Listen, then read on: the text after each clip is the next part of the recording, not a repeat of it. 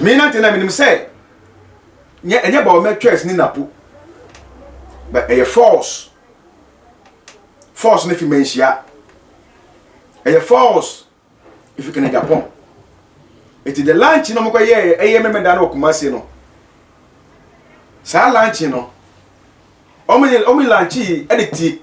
kan Japan anim. Ba omia ni target any choice nyina odi buy say Ghana for MP aban for 2 million man nyina no. Onu say the running mate nyina Professor Opoku nyina. A former Pentecost chairman. Baomia ne da esum nyina ne gidie nyina no e hye papa ne mu. Na me ka se ma kire mu.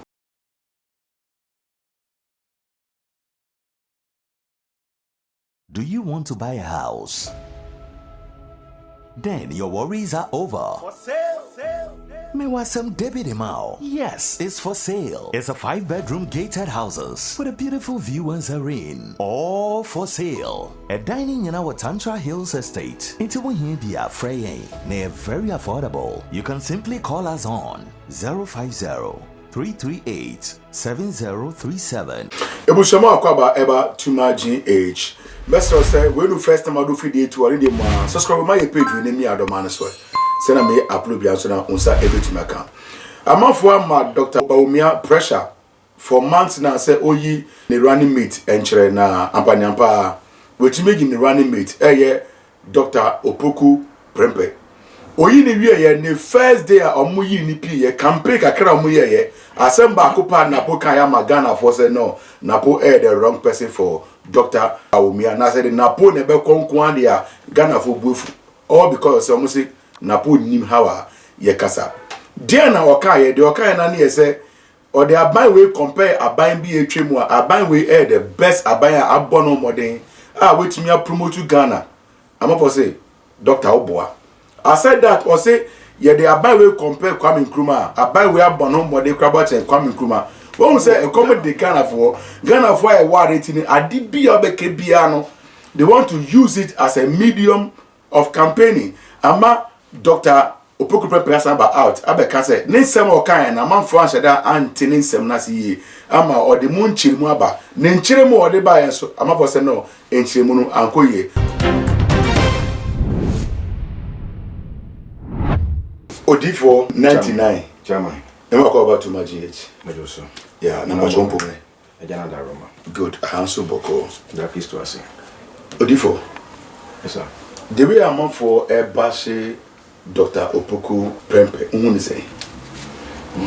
Me da wasi. I'm fine chair more di. Emma Yera. Asate Myra. Ohini a open kabum. Ohini a nadwumodo. Ohini a otofo. Opa fa, opa jai. Na o jai so a.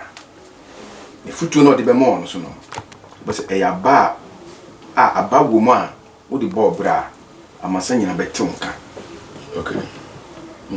Na ebe obi ara de e ma no patenti man. Na me mra ma asem so. Dr. Napo. Yeah. In fact, me di brave no be ma ne papa ne maame. Na wofu a mo de ba asase we so. Omo na me di brave no be ma o. I didn't think. Because of say on say won kwale bi wo e wo ma ya kepu nkran no wodan mu. E kwan MP enkodi agro. On say akwala opie kodi agro a osua kasa. Asembe wo a obetime ka wabontin. Panyi bi twe onye te ya no ate no. Ya kasa sa. Ba so people ba wodan mu a na on men nipa on ko ba bia nipa dom wo a debi ono papa na ya ade kwa na so mama ya ade ofi kwa na onim ni right was onim kasa oni training ada training say training no wo mu no owo training say papa no bi di komo a no dina no tuma say etimi tia no no male kwa na bebe wono ma papa no ma di komo kwa na omu timi tia no no dina no yede etum bi ni eti America besi na kwasem sen Napo ya forget about say why campaign why MP pen eso no but we on mine no o ba running mate e ma on mine eti o man to me ekita wo na yebisa se akoma na kita no obetini ba o me adwuma na because me na tena me nim say enye ba o me choice ni napo but a force ne fi menhia a force if you can Japan it is the lunch no mo ye me da na Kumasi no sa lunch no omi lunch e de ti can Japan anim say edenji because of say can Japan on free o can Japan e na pa na pon tuma e kire ba wumia so mo di na po baba dia ene bebe so mic my campaign ba mo fo na po ma dia ene me nye campaign eti lunch na e course no enye na po lunch you because na po na kasa no ipenyefo most the penyefo no kasa po do do na empe na po no eti enam se kene Japan ba be kasa ma party no to mo se o kasa odimu e ma party ni ti no ye lunch ni big time takum pa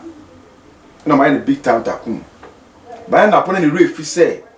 otumfo de ni radam atunfo we ka ho twice otumfo atu epipi panyefofo the first one dem Akufo-Addo akasa ya ma panyi Akufo-Addo ama panya tie asa na bedu na poso eti the word Akufo-Addo ye adwuma chen aban bi e betwe mu koe nkrudi Kwame Nkrumah na napo na no keka no me say na osu ndai but say when the first time obi aka bi sa o me say dai so but say obi etumika ani na no kwa akoka asem we akoye issue tie mi Akufo-Addo wanye adwuma chen Jo Mahama ana wanye adwuma chen Kufuor in your opinion wanye adwuma chen Lawrence ene ye wo opinion wanye adwuma chen Buzi Anomo ene ye wo opinion Kwame Nkrumah no a Kwame Nkrumah be ye Kwame Nkrumah no that na Akufo-Addo no how many years Kwame Nkrumah be ye Kwame Nkrumah Ghana adi who Africa e bo Kwame Nkrumah dey no enya mu selfish ka Kwame Nkrumah ye bon di bon enya ma Kwame Nkrumah ye no saka ba bia ba ye bia ka Kwame Nkrumah ka ena mo magina ka se Kwame Nkrumah no musa mu Kwame Nkrumah sa lete ye Ghana for the ye sa e be ko no sa so ngeti na po asem na ekoso ni de chairman me na tenai de me kan be bre nya de because of say enye ba o me twes ni na po as a force we no ma ba o mi alo fa na po sa ba o mi ya forget about FPP ni ADC man o a gentleman o wa humbrase o buade onim de wi a ye huru ni pa ye kasa ba o mi anya homaso die bisa say the running mate na kuma wosoro arrogant na kuma wosoro o ya homaso o kita maso kasa na the master entisa de bia no itokwesi wo ka no ma master no obepata sa because of mate no akoma dodo but Odifo with regards to nia okay efa Dr. Matthew Opoku no I think say your opinion and I think say Ghana also cancer me brain na but you bia na can the same thing say napo no omunim say obi ono so chopa ansa na betusu kwa na obi aboni din say napo because omu say oko Ashanti region one of the people omabom ho modern pa no sa abrabranti ya Bawumia afani but say o can say region obono made o ye de Kumasi because no obi aboni din enya ke go fa utumi moe there be no obi aboni din say wa bono modern ye was ye man sa akonya no inti akonya de ba no so o ka say ye by force na o de ko fa na ena besanka wo chiri mekrama say adenti na wo say ye de by force ena fa no na po ni point ni nyina no ekogina assemble akopeso de bia me kama asem ofide wesu me 99 me kama asem a bo fu se bia a joke agobi na meeting na so bekum na asem na me kepepepe Bawumia ni target any the choice nyina odi buy say Ghana for MPP aban for 2 minimum nyina no onu se the running mate nyina Professor Opoku nyina a former Pentecost chairman Baomia ne da esum nyina ne gidie nyina no e hye papa ne mu na me ka se ma kire mu Baomia osu dai ne da esum nyina Pentecost chama professor Poku nyina ne da esum nyina no papa no ko nim se papa no betima boa no e Christopher side no so yiri no ho Moses for side papa na twe ne ho papa na twe ne ho no ne ha Baomia ha ne pa ka ba napo ehye ne tipani kwa uni refa ne sempo brown brachapo enye napo tipani brachapo ewo sikamu ewo e ka se achievement enyama e ka nyama obi aye the be say pass e pay for na atma mo jesu na na se na bi hwan o ka sa aboa ye ka nipa wa yi bobo no mod aye ne ma horo a na e brachapo na de na ye jesu ono brachapo de ne di ko ko to say basa amfa no Ashanti for ni say omo hia running mate fi Ashanti region eno na minim sa de we eno ti na wo ka say by force jesu na po na yes they say by force a force because they know say Ashanti region omo hia running mate fi hono ma e be affect them vote basa wo de kan kasa na wo say Matthew Poku no na nkofo mpe no by say as do ka so say na nkofo ne pe no by force na e by say by force ne fi by force ne fi Kene Japan ne nu by force ne fi Menchia Palace and if one mo be otu for no by force say it for na pomko because of say oben konwa no ti say ye de ni ko a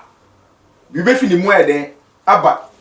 asatememu okay sana kokufo be ye no but odifo meaning say we are politically inclined apo ye kopa ne honto no kasa o kan ye Ghana for the no na ride no mo dey write the party of adeti na go for yes for the beginning no na Ghana no na ebinim krapo eka say man no omuade onimu kasa but it's true the way kan ho the speech try amemati a enkoye ma oman Ghana first one ye nua igbefo no omo isuo no afa wo mo no omo bie dam na isuo no fa wo mo no na poni kan say minister no the budget eco parliament say bia yenhwe na ada say be ye routine war the amawo mo a or the Ashanti for be ye demonstration against sa budget no but entwe yi enya Ghana fo say you issue na wokumase no say eyiri efa krofo a aban say dey say otimi eden say otimi solve for sa issue no and the true atasin waka say ye wo ho enu achi so no ye hwe the we are ye light no no phone no ye bisa no say kumase hwe bomb oso ha eden etu bai say e dum siesie enye dum so and o say ye fa e tax table eden ento wo a odum ade no ni me timi fie ma bia me cold store me adwuma na se ma bia company me adwuma no me fa me tax table e betu na me de e da to me de hutama obedum me light me de hu wo na betima chese bia tam say Abraham edum light is o chena pa na makope hu sika koto generator and the boss koto generator ato me diesel boom sa aka sa no sa wo na ba bonte no anye Ghana for de and the last one so see ekofo ado aye adwuma din no ono ni pa adwuma chen the whole omapanya abesi kwa nyina including sa mo Kwame Nkrumah no the way sa no sa na e for sa ka kana sa o ase den o say monfa mo Kwame Nkrumah no monfa mo Kwame Nkrumah no na ye nja MPP ni to chese akwese de bia ebi defend Kwame Nkrumah enti mo a mo defend Kwame Nkrumah no monfa mo Kwame Nkrumah monfa mo Kwame Nkrumah no sa mo Kwame Nkrumah no twikasa wo enti me bisa say Kwame Nkrumah niam obeye no ebi na ekofo do be ya na fiti Kwame Nkrumah mresu sika odi bebu oman eni ekofo ni papa no so mresu eba buzi aleman Lawrence Kufuor Atames John Mahama sika wo de bebu o man nyina ye ka ne nyina bom baako ene ne sika Akufo-Addo e di bu o man no na adwuma ben no mo de ye o man no mo o mo de ye den kan bebe mu a Kufuor ye Kumasi highway Takwade highway Afrawo highway Akosomo highway no ka wo no ba no e di same APP aban na sambe gusu bio Tamale highway Sunyani highway na e rich na me ye fa si e bo se APP aban e na ye ka kwa nyina strong one maybe over so many years asana car na car kwa e benya ho effect ba na no wona Mafra road Potos nkwa Tamale Potos Kumasi Ufia kodu apedwa na junction so a for na junction so aircon me donya me wallahi talai ba boss na Yusuf Kristo Takwade road Potos e dey see esika no mo de be ye den pokwa so for head we yet say any se for na kwaji lo betu wo eti sika be be nyina mo de ye den te na baka waka chega na for say musa mu kwa me kruma no e ko for de adwuma chen na listen Nanado aye adwuma chen o man panya betwam nyina akọ abra enti sa asa on so difo amafo ayusu na pokasa na okan no eno mo de campaign this year sa na honorable akompreko kende e Japan by na amafo chese kende mu ade kende kasa okasa boom boom boom bebe na ba out the car say enye kasa boom no na yehwe ne obetima bo man no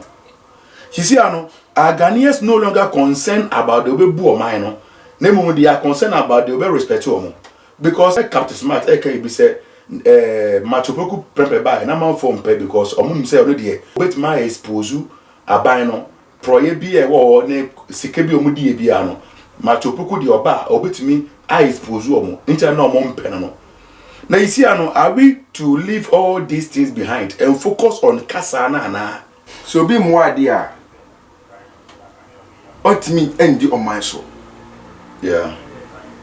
So be man ho so. I can't man so just here. Akaka besem. Mini obi no mini ma. Otimi hwe on my Ghana so. Odi ni be di ade a. Oba ma akunwa no bebo. E dey say na po. Yesi o mu ade a. O mu ade wo kwa be so. Oni mu kasa. So oni mu kasa de a. That's what the way be dia dia aso mampanya ade be bia ne ho a obetimi oni ni susu ho a obegia to so odi ba abo man no what of say who the idea ni ba ono be bo egu 1 2 ni ono be taking the final the decision how be taking no e final me no wonya adwen sase wo kasa crowd o se kan Japan and the cast ye fa napo yeah number 2 Asante force omope napo yeah onpo bi ofiri omo yeah another man yeah napo so abeye minister ba akwa so abeye energy minister eye ne bonde bo na mo hweye na mo de yini say onwa na bebo sisi ayewe say jumedi e de share ne san otumi yeye ana wetumi anye ofropo ye sisi anu de me ya ne ye say ofropo ye okwa ben so ofropo ye me free education na mo de buy no that no ono ye education minister me bo Ofrope wo ho. Ekwan benzo. Ofrope means say it's a very good idea about free education. About a boy. But you must say the challenge and the complaint in free education. As no be fi hono mo. What must solve one? Ma enye free and fair. Near far compared to other ministerial positions and the previous NDT training. Yes, almost didn't they also have problems with education? And I abandon one problem with education. No, Timmy. Who Timmy? Ghana for GDA. Ewa regime we Akufo-Addo mu. Eti na yedi Akufo-Addo bai. Akufo-Addo konya mai. Ko Ghana for mu say the time no eko. Eti say yedi by force ifa na na do mra. Na ne ewo ni mu no. Ne fa so mra mo oman na mpie. Yeah. What am I saying? Eti na Ghana for nim say na Akufo-Addo e de Ghana for ba ko wie na fa. Ghana for nim sa ka mo university chen. And the years say Akufo-Addo bai. The reason tin no ya makasa say na do bo ba nyina no na ma fo ni me say education side there any problem amemu papa any problem skedi basa any problem obema kufu adwuma obeye anase omapanyi bia obetwem ko ni ma bebe ye no kana na be make sure say obama bia justice ama man no wono so bae no odo bia de tunchen e na won so ye no personal de it ye bisa say education background no ele kufu ado na e de ye campaign e na ampaso eno so na ejina so e na edi man no edi man we na that man 2 months 3 months na what if education they about out that times na school dime challenge edi man aban because oban che what I say aban ban che te na challenge di man aban for school dime e de no tu nchen ya aban no e bo no mo de say otimi maintain sa crowd no but na o mo de die mo no na problem say kwakwala wi school no ko school a sika otwa wa chire me see o me see yes obi see o me ni kwala bia o ma wofo school no mo pe no school no mo pe no aban no ama o school school no kwa na twisu no aban na ama o school o ma wofo sa ko tue sika aye brabo nchen ansana o mo nya school no mu kwan esesie no oba wi school a no kwa na me catch ro me twato ese oba wi school a ye man school wa ka sa twisu school a wo pe school a wo pe ko tue sika oba na be fa ndade na yamna energy center no so ne de ne be she hono no ni ya owo ansa na ono so ba no na djuma o ye tu hono no o be continue ye na e ko kama te ye de na aban boy e ko ni pension ni mom na lot of abesi o my Ghana esuma bo my Ghana adetia because of say one two ni nema yi na abani were all the resources they needed. Eti wa wo ye energy minister a wonim sen ye kan ni am ye prabe wo ho no you should come out o do aban no bra bonti Ghana fo ye fesi challenge bi ewo ye matches no eti ye best am say ye light no be ko off kakra but ni nyina na ye de dem na ye de sisi ba mo about e dey lie and throw every Ghana for say transformers no load na e fa na dos do na fiti load transformer fa no and then be na e fa load ba odifo me ba say dey enkomo ne ba na we won me ba say be say last question e fa enkomo ne ba na we be say be say dia air training ankofo e kan ye say na po emu ade me say be say ye beto aba e dey ama aban we a anase ye beto aba etia sa aban we a e napo kasa e no kan no so ne wo say gina ne ato aba ma anase ato aba etia aban we ono me say sena me bra na me napo kan wan kan yi etika me ni ono a ke no na ade no ene na mwie mu no na eseka tutu ebia waye live video na ko de to na waye interview no so oh Ghana fo mi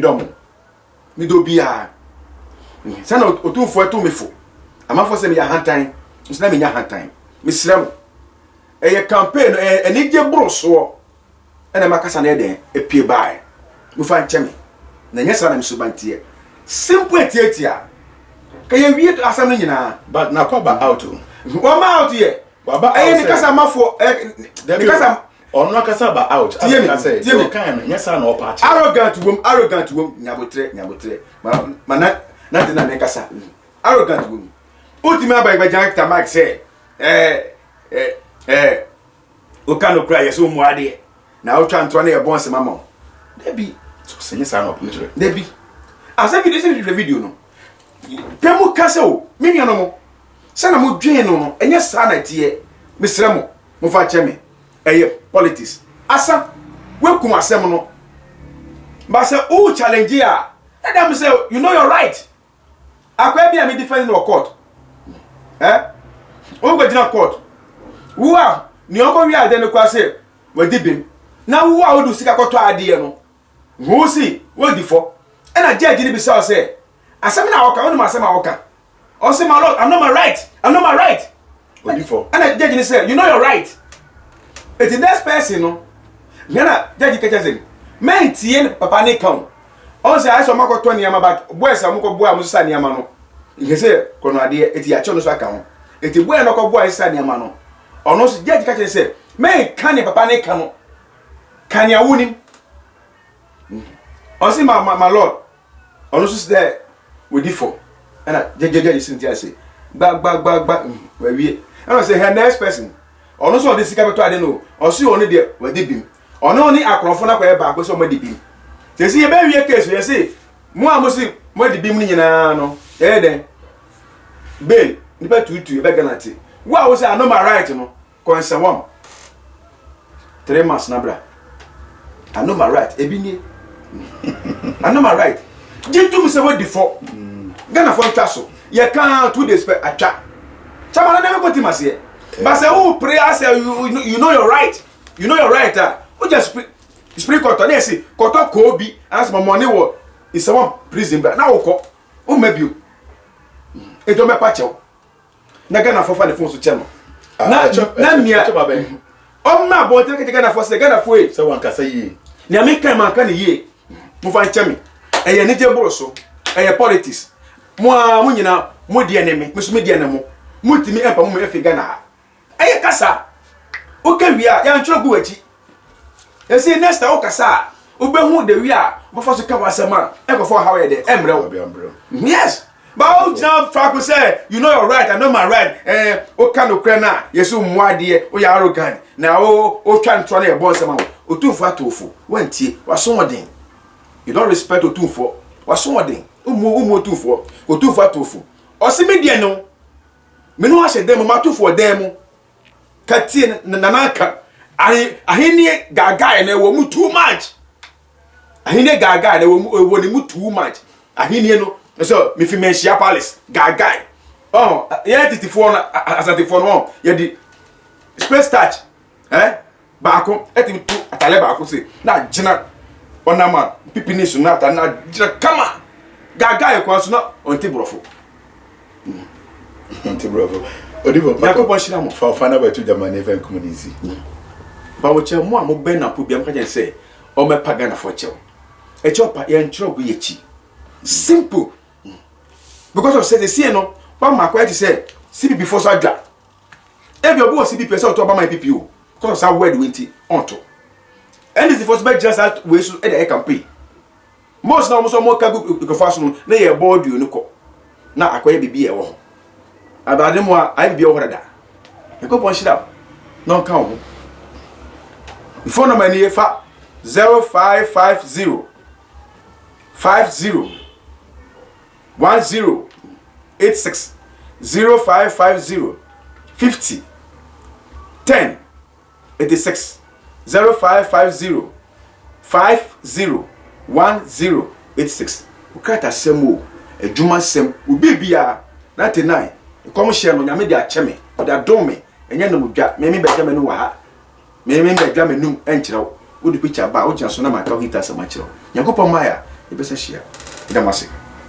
ebusham da so nya bre na utie koma me ne Odifo Benjamin Osetutu Edebro bebe na afre ne prophet 99 de okay nya adwenkyerɛ ono so wo no so de abeto abontin message so de wadwenkyerɛ ebeto oni hu ha usifaje ensem a trendy na fe subscribe e ma ye page ne mi adoma no so se na me upload ya so na wo se betu makra